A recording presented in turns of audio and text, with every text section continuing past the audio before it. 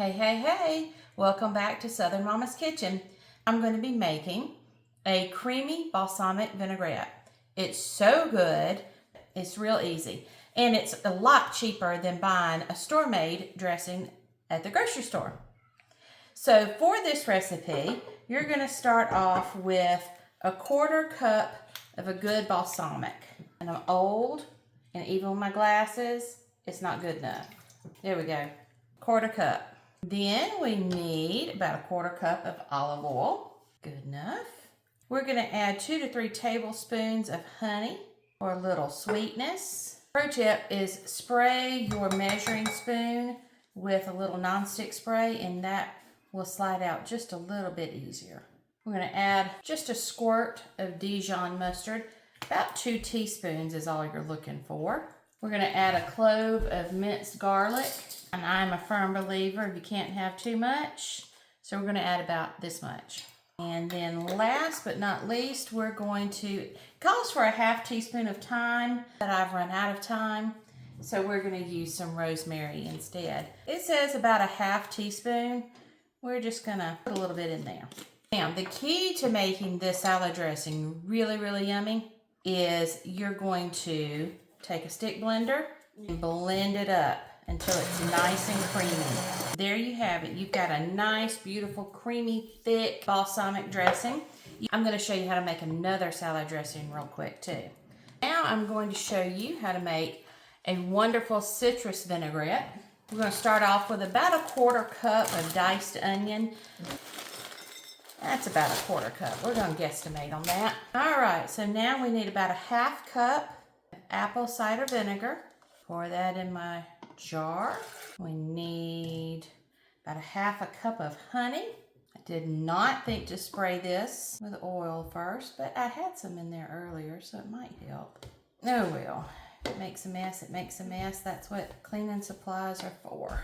All right, now we're going to have some mustard. It calls for dry mustard, but you know, I'm already here. A little bit of mustard, about a cup of olive oil. I made a little bit of a mess. I didn't think that through. That's okay. It'll be all right.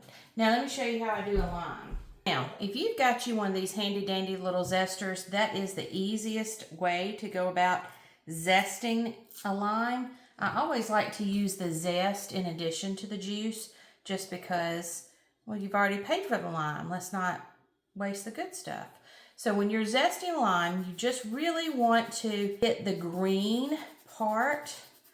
You don't want to get down to the white because that white will leave your salad dressing bitter. We want this to be a remembrance of summer. If you don't have a zester, don't worry, I'm going to show you what to do. If you don't like lime, you could also do the same thing with orange, or you could do lemon. All right, so there's the zest of that lime. Recipe also calls for the juice, so we're going to juice this lime. If your lemon or lime citrus fruit is not giving you very much juice, pop that sucker in the microwave for about 10 to 15 seconds. It's a good way to get out some tension too. Now, if you don't have a zester and you still want to use something with lime, you can use a little vegetable peeler. You just have to be really, really careful to go very, very thinly. Just like that. And see, I got a little bit of the white in there.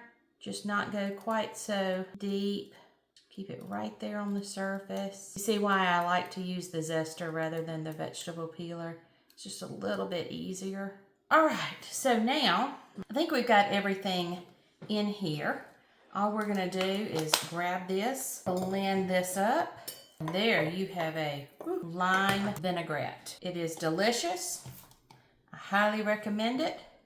And you can just store this in an airtight container. Either one of these, put them in your fridge, shake them up whenever you're ready, and you've made salad dressing. You didn't have to go to the grocery store.